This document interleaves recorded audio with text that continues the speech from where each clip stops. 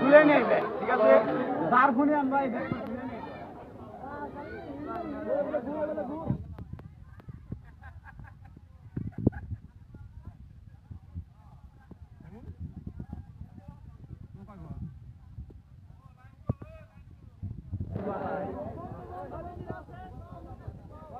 Hello,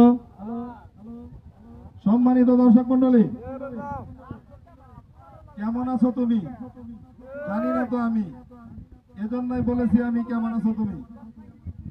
আমাদের মাঝে নৃত্য নিয়ে আসছে শুধু ঢাকা থেকে আগত মিস সুমি।